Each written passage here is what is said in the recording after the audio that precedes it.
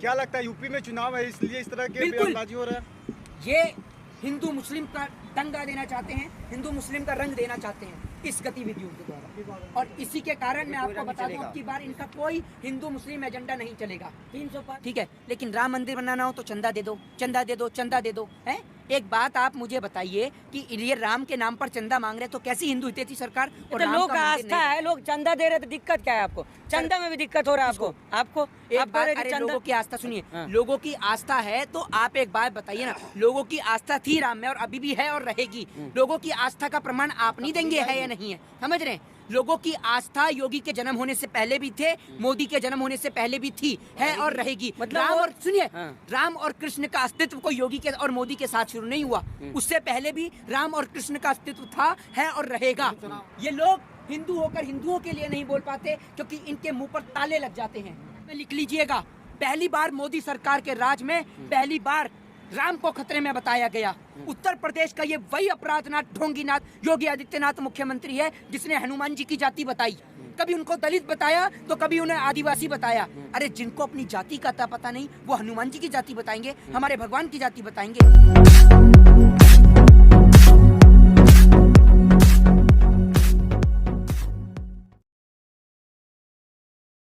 जी किस तरह से सोच रहे हैं? सेंट्रल दिल्ली में सांप्रदायिक नारे लगा दिए जा रहे हैं, लोगों के भावना आहत हो सकती है, चुनाव भी नजदीक है। देखिए मेरे भाई, आप देश में पत्रकार हैं, बिल्कुल आपका काम है कि लोगों तक एक मैसेज को पहुंचाना, लेकिन मैं कहता हूं आपसे आज हाथ जोड़कर कि कृपया कर इस मैसेज को यहीं की यहीं दबा दिया जाए। हमारा देश, हमारा हिंदुस्तान, हमारा भारत, हमारा वतन इन लुटेरों के कब्जे में आ चुका है और ये लुटेरे इस देश को तबाह करना चाहते हैं। मैं भारतीय जनता पार्टी के किसी भी नेता के और किसी भी विवादित बयान पर कोई भी टिप्पणी नहीं दूंगा। भाई इन लोगों का काम है हिंदू के लिए बयान देना, मुस्लिम के लिए बयान देना, सिखों के लिए बयान देना, ईसाइयों के लिए बयान देना। इनको हर धर्म से बिल्कुल नजदीक है, इसलिए ये लोग तब बयान नहीं देते जब हिंदुओं को लकड़ी नहीं दी जाती है, हिंदुओं की लाशों को रेत में दबाया जाता है, हिंदुओं की लाशों को नदियों में बहाया जाता है, गंगा नदी से लाशें निकल के आती हैं, जमुना से लाशें निकल कर आती हैं, तब इन लोगों के होठ सिल जाते हैं। ये लोग हिंदू होकर हिंदुओं के लिए नहीं बोल पाते क्योंकि इनके मुंह पर ताले लग जाते हैं। चाहे वो तमाम तरीके के बड़े बड़े लोग जो अपने आप को योगी महात्मा बताते हैं, इनके मुंह पे ताले पड़ जाते हैं, ये सरकार की दलाली में लग जाते हैं। आपको एक बात बता दूं कि अगर जिस प्रकार बीजेपी के राज में हिंदुओं को यहाँ लकड़ी नहीं मिल पाई, अगर इनकी जगह कोई और सरकार होती तब भी मोहित शर्मा ऐसे ही खड़े होकर बोलता। ये बात मैं आपको बता दूं। यहाँ तो राम राज की सरकार है, पूरे देश में मोदी सरकार है, उत्तर प्रदेश में योगी सरकार है, तो दोनों जगह राम और हनुमान की सरकार आप है। एक बात सुनिए, कौन से राम राज्य की बात कर रहे हैं? उस राम राज्य की बात कर रहे हैं। राम के राज्य को कभी बदनाम मत करिए और हिंदू धर्म को भी बदनाम मत करिए, पढ़िए उसके बारे में। राम के राज्य में कभी भी महिला के साथ बलात्कार नहीं हुआ। एक बेटी के साथ बलात्कार होता है हाथरस में, जिसे जला दिया जाता है। वही घटना दोबारा देखने को मिलती है दिल्ली के अंदर। प्रधानमंत्री के होठ सिले हुए हैं, सरकार की दलाली का फेविकॉल इनके गले में टपका हुआ है, इनके नेताओं के। और सबसे ज्यादा शर्म आती है उन नेताओं के ऊपर, उन मंत्रियों के ऊपर, उन महिला मंत्रियों के ऊपर जिन्हों को पार्लियामेंट तक भेजने का काम इस देश की लोगों ने करा, इस देश की महिलाओं ने करा, और वो एक महिला दूसरी महिला के लिए आज आवाज नहीं उठा रही है। हिंदू हितैषी पार्टी मानी जाती है, सर्टिफिकेट यही लोग बांटते हैं। आप कर रहे हिंदुओं के ऊपर, तो आपको कौन सा सर्टिफिकेट मिला है?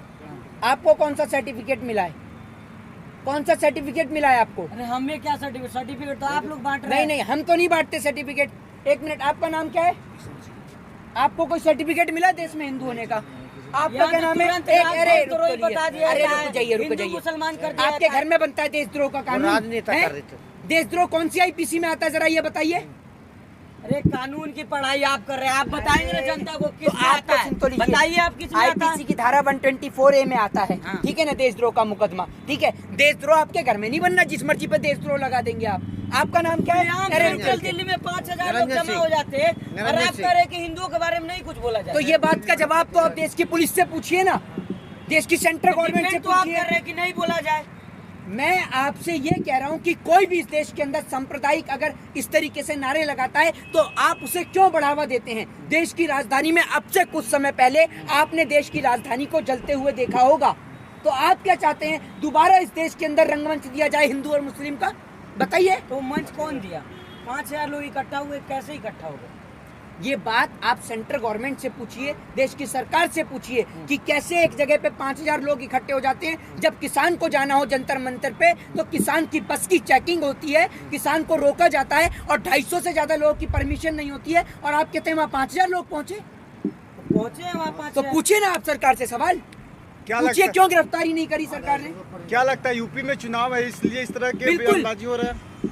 ये हिंदू मुस्लिम का दंगा देना चाहते हैं, हिंदू मुस्लिम का रंग देना चाहते हैं इस गतिविधियों के द्वारा, और इसी के कारण मैं आपको बता दूं अब की बार इनका कोई हिंदू मुस्लिम एजेंडा नहीं चलेगा। 300 पार फिर कैसे नारा लगा? 300 पार नहीं, अब की बार उत्तर प्रदेश से बाहर कोई 300 पार नहीं। काहे की 300 पार? विकास की गंगा बह रही है, आप कैसी बात कर रहे हैं? विकास की गंगा में आप जैसे पत्रकार डूब चुके हैं, समझ रहे हैं? आपको मोदी जी के विकास की गंगा ही दिखती है, बाकी सवाल आपको बस पत्रकारों से करना है। पत्रकारी तो सब कर रहे हैं, उल्टा आप ही तो सारा कर रहे हैं। प्रधानमंत्री बनाने वाले तो आप ही हैं मोदी वोट जैसे। आप किए, ये कौन किया? 1975 में कौन किया? चाय बेचने जनता वाले आप को है ना? तो आप वोट जनता में आपने नहीं किया आते, ना? आप हिंदुस्तान में नहीं आते, आप जनता में नहीं आते। अब थोड़ी देंगे वोट मोदी की को, नहीं होगी जिम्मेदारी को वोट। पत्रकार लेगा, किसे वोट करेंगे तो आपका फैसला है ना। अरे आप ही तो ईवीएम दिखा से रहे वोट थे, ले आप ही तो दिखा रहे थे मोदी जी का मैनिफेस्टो लगातार न्यूज चैनल पे। बताइए ना क्या हूँ कर रहे हैं, आपने नहीं दिखाया। वो तो बोल ही रहे हैं कि 4 लाख युवाओं को रोजगार मिला, इसमें कितनी कहाँ सच्चाई मिला है? भाई? सड़क पे तो आ गए हम लोग। इनको बोलने दीजिए ना। एक बात आप मुझे बताइए, एक मिनट। कोरोना काल चल रहा है, ठीक है, राजधानी बंद है, तमाम जगह की स्टेटों पे लॉकडाउन लग गया था, रोजगार कहाँ से दिया? सब घर पे बैठ गए लोग। क्या वो झूठ बोल रहे हैं क्या? बिल्कुल झूठ और बोल रहे हैं। सची कब बोलते हैं ये बताइए?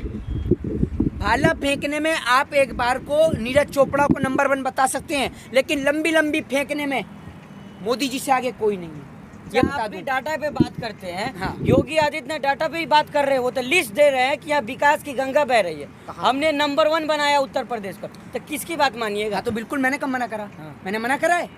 आप ही तो कह रहे हैं कि नहीं। मैंने कब मना करा भाई?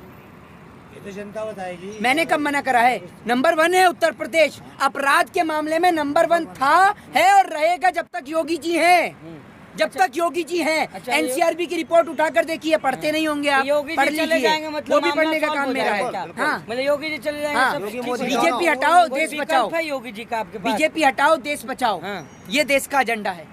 बीजेपी भगाओ, देश बचाओ, ये देश के लोगों का अब की बार नारा है, बिल्कुल नारा। क्योंकि किसान को बचाना है तो बीजेपी को भगाना है, ये आप सोच लीजिए। अच्छा, योगी जी का विकल्प है आपके पास? क्या कोई है विकल्प? वो तो कह रहे खुल्लम खुल्ला योगी छोड़ के कौन बन सकता योगी मुख्यमंत्री? जी ऑप्शन में ही नहीं है तो विकल्प कहाँ से होगा? हाँ। योगी जी ऑप्शन में ही नहीं है, समझे? 4 ऑप्शन आते हैं ना, तो 4 ऑप्शन में योगी जी का नाम ही कौन नहीं है? है। 3 ऑप्शन में कौन है? 3 ऑप्शन में जो भी होगा, जो जिसको देश की जनता सामने बहुमत दिखाई देगी देगा वो वो तो। चुनेगा, वो आपको पता चल जाएगा अपने आप। भाजपा के नाम से योगी वो मोदी तो के कह नाम रहे हैं से कि हमने कहा था पूरी कि गाल राम उड़ा मंदिर बनवाएंगे, रामलला हम आएंगे, मंदिर वहीं बनाएंगे। तो उससे किसान क्या- को क्या मिला? आपने देखा राम मंदिर के नाम पे इन्होंने कितना करोड़ों रुपए का चंदा खा गए, भगवान राम को नहीं छोड़ा 2 करोड़ है? की जमीन 18 करोड़ में बेची।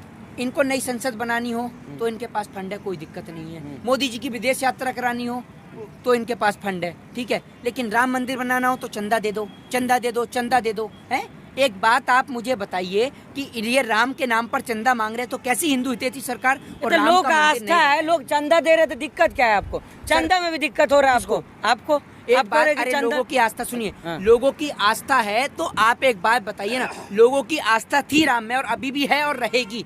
लोगों की आस्था का प्रमाण आप नहीं देंगे है या नहीं है, समझ रहे हैं? लोगों की आस्था योगी के जन्म होने से पहले भी थे, मोदी के जन्म होने से पहले भी थी, है और रहेगी। मतलब राम वो- और सुनिए, हाँ। राम और कृष्ण का अस्तित्व कोई योगी के और मोदी के साथ शुरू नहीं हुआ, उससे पहले भी राम और कृष्ण का अस्तित्व था, है और रहेगा, समझ रहे हैं? मतलब आप लोगों ये को बस चुनाव विरोध आते करना ही- है। अरे राम सुनिए, मंदिर का उन्होंने अरे वादा सुनिए, किया था, काय का वादा निभाया, सुनिए, तो अब भी अरे दिक्कत हो रहा है सुन आपको। सुनिए, राम मंदिर के आप वादे की बात करते हैं, वादा तो पहली करके बार पानी को कहा था। देश के इतिहास में लिख लीजिएगा, पहली बार मोदी सरकार के राज में पहली बार राम को खतरे में बताया गया। उत्तर प्रदेश का ये वही अपराधनाथ ढोंगीनाथ योगी आदित्यनाथ मुख्यमंत्री है जिसने हनुमान जी की जाति बताई, कभी उनको दलित बताया तो कभी उन्हें आदिवासी बताया। अरे जिनको अपनी जाति का पता नहीं वो हनुमान जी की जाति बताएंगे, हमारे भगवान की जाति बताएंगे।